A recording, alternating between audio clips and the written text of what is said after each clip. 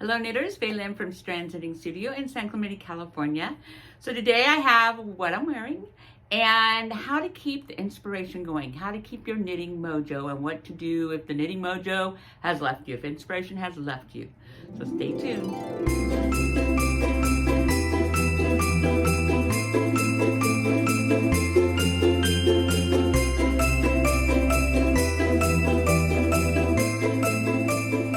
Okay, so I'm wearing my papillon or butterfly shawl, which I knitted a few years ago.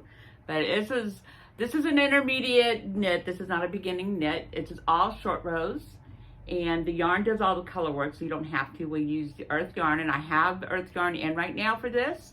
But I have a few tricks to the trade, and so if there's something you want to if this is something you'd like to tackle, it's a possibility. But it's beautiful. This was, again, a Lynn knit and one of my most fun knits I ever did. Just because watching the colors go, and yeah, it was a lot of fun. And then I have on my Stella, I'll put a picture up because you're not going to see it. But anyways, I have on my Stella sweater. It's got knitting lace down the front. Let's see if I can see it. Yep, knitting lace down the front. It's got eyelet lace down the back. It's got puffy sleeves.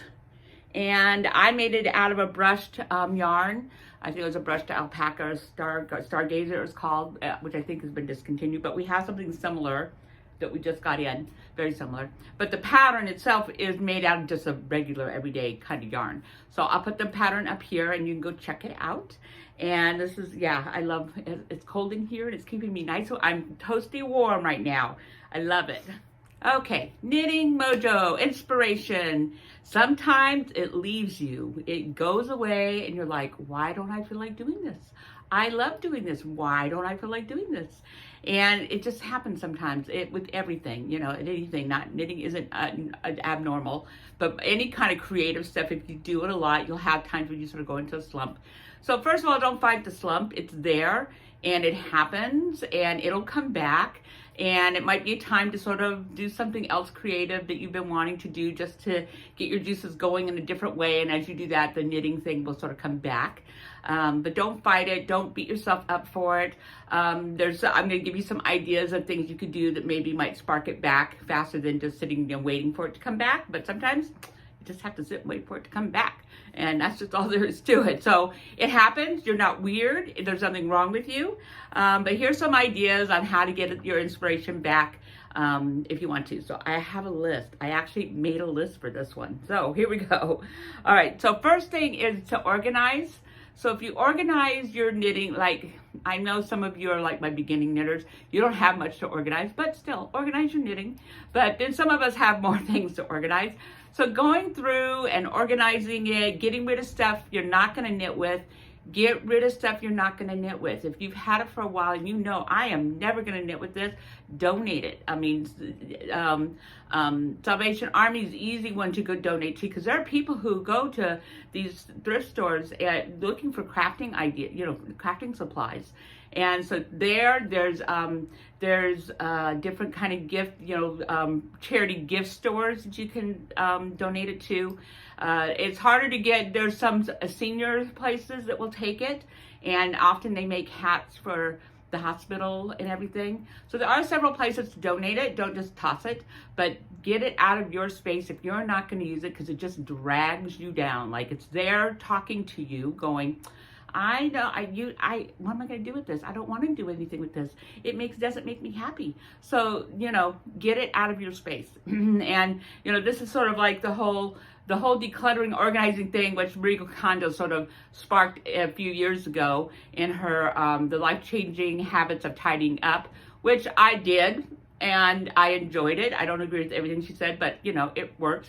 But there are many things out now about organizing and decluttering and all that kind of stuff. It's very big. So if you're just wondering, if you need inspiration for that, YouTube is a great place to go for that. Her book is great, you know, and her main thing is everything you have in your house should make you happy. She says spark joy. But it should make you happy to look at it. It should make you happy. And you're not going, oh, like, why did I get that? Or I had that still here. I need to do something with it. I need to knit something with that. That is very draining. So cultivate your knitting. you know, and make sure that everything you have in there is still stuff you love and that you think you'll probably use. Now, you may not know for sure that you'll use it, but you think you'll probably use it.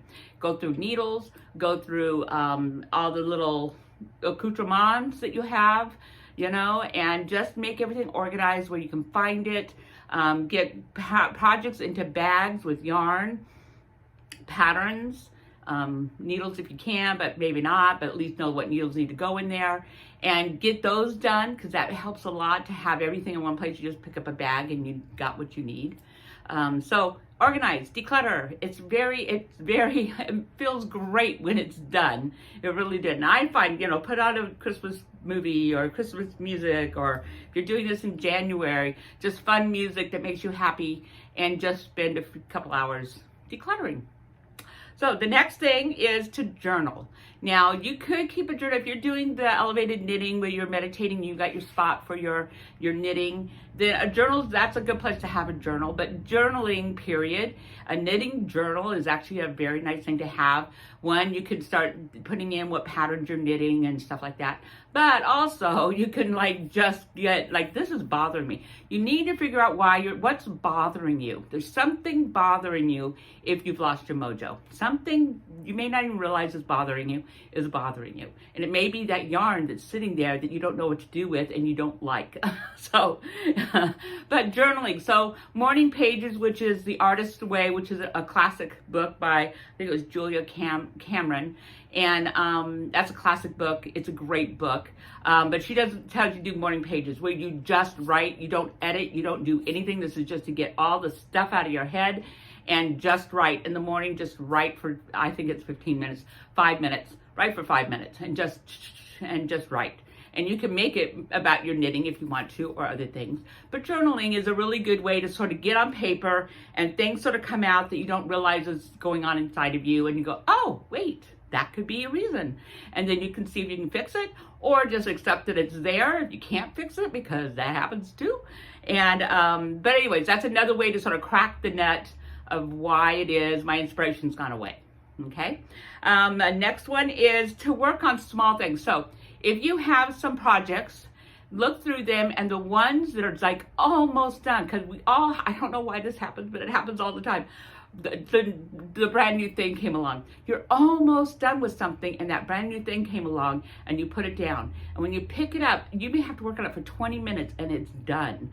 And you're like, why did I leave that? You know. So look through your project and see if there are any of those. You know, an hour and it's done. You know, a sleeve and it's done if it's a sweater or something. But find something that if you have projects, see if you can finish one, because that's highly motivating to get a project done like that that's been sitting there. Again, niggling in the back of your head, because that's what it does. Even though you're not thinking about it really, but it's sitting back there to sort of. So find a couple of those, get them done. That will help a lot.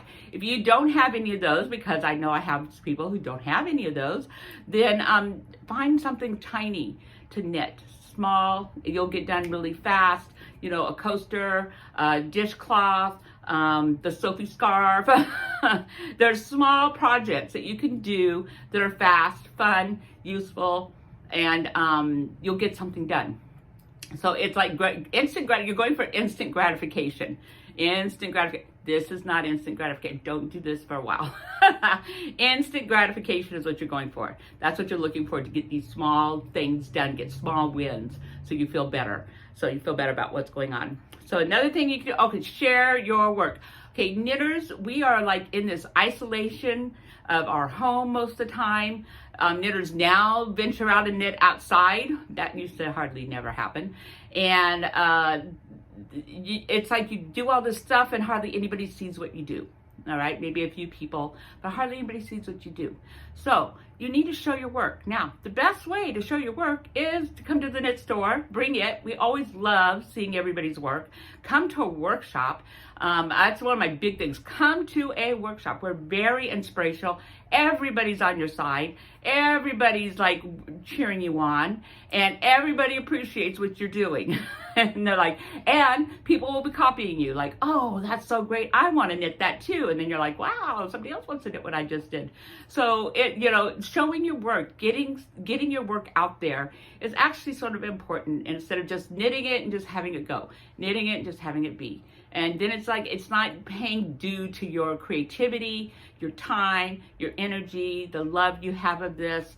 Get it out, you know, take it to, if you've got a book club, wear your stuff, you know, so people can admire it. It's okay for people to admire it. And don't point out the mistakes. Doesn't matter. There are always mistakes. Doesn't matter. So just enjoy, take them out, wear them to clubs where people know you, and show your work. Okay, next one is fun photo shoots. Okay, so I'm not really good at this because right now I'm just busy, but I have been good at this.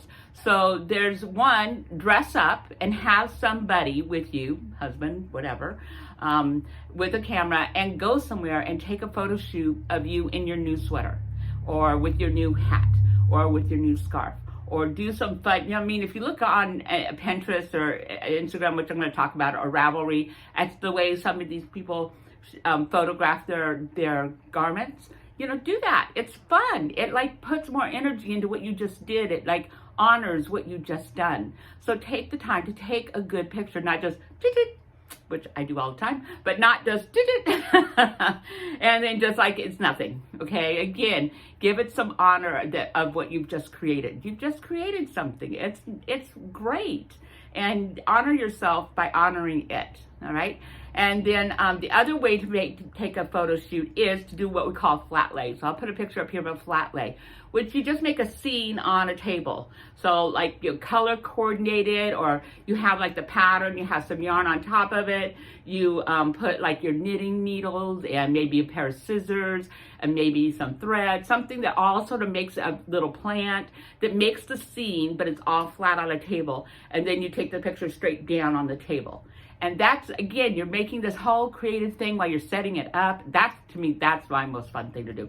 Is that they make it all like pulling things in that I have and setting it up. That just gets your creative juices going. And then take your picture. And then, you know, tweak it and take your picture. And so that's another way just to get the creative juices going. And again, to like document your creativity, which is really, really important.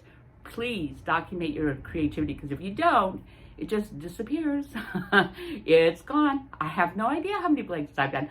I've made 30 blankets, but I have no idea how many, because I don't have a picture of one. That's not me, I'm just saying, you know. So please document your work, but maybe if you're in a slump, take the time to do the creative part of it and see if that doesn't help your creativity come back. And then the fun photo shoot. So then the last two things is Instagram, Pinterest, and Ravelry are all really great places to go and look at things and see. Now, Instagram and Pinterest have, the pictures are usually much more artfully done, and so it's more beautiful to be looking at. So just go in, and when you search tags and put knitting inspiration in there, and you'll get lots of pictures. And then you can start scrolling through the pictures, and once you start, like, you'll start noticing what you're liking and not liking, and then you click on them, and then click on that person and see what their feed's like. And if you like their feed, follow them. And because you like what you're seeing, just follow them. And build yourself your own little knitting, you know, Instagram that, you know, it's got, mine basically has knitting. I have very little else on my Instagram besides knitting. And so I enjoy going over there because I'm not bombarded by all this other stuff that I don't really want to be seeing. And I just have beautiful knitting and the people that are creating beautiful things, and designers and art people, yarn people, and all that kind of stuff. Stay with Pinterest. Put in, you know, knitting inspiration, and then start saving. You know, make a board for knitting inspiration. Just make a board and save. I don't really follow people on Instagram, but I save. I make boards and I save my, you know, what I like. And so that really can get your juices going and going, oh yeah, I want to do that. And then of course, make sure that well, you probably are if you're watching this, but if you see this on the website or somewhere else, join the email list on our store, and/or subscribe to me on YouTube so you get weekly videos, because that's what I'm trying to do here, is inspire you to knit and tell you how much fun this is and give you all these ideas on how to make a knitting life for yourself and become what I call a knitter, because a knitter is somebody that just loves to knit quite often, more, usually once a day at least, but at least multiple times a week, not just once in a while. And but you have to have inspiration to keep you going, and so that's what I try to do here. So subscribe to my YouTube, or if you're as I said, if you're watching this through the newsletter, you've already subscribed to the newsletter. So but watch the videos, and you can watch multiple videos on YouTube, and YouTube's also really good. There's a lot of really good knitting podcasts on YouTube.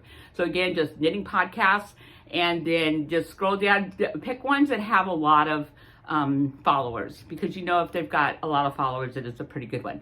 Then it's going to be a personality thing. Some things you'll like, you won't like the personality of what's happening.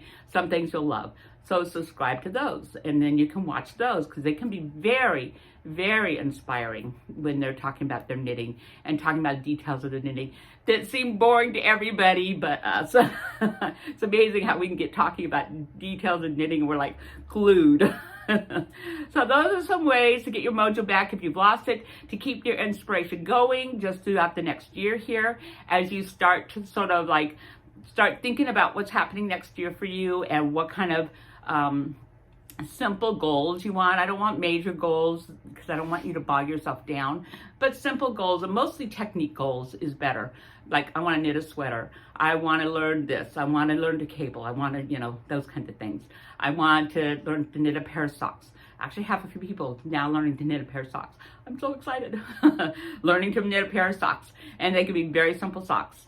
Just simple socks to start with, and then you can go from there. So just try some of these things, whatever works for you, and to keep yourself going and to get you moving on to the next year, now that we're going to be coming out of the whole gift giving arena, because January is technically selfish knitting month. Some people don't like that selfish knitting thing. I'm just going to knit for myself. But, you've been gifting for a while now, so it's okay to find a project that really excites you, big, small, several small projects, whatever works for you. And start thinking about what do you want to do in January to sort of get the year off in a really good way for yourself and have a relaxing, fun knitting month. So that's it for today. Merry, happy as always. And I hope to see you into the studio real soon. Bye.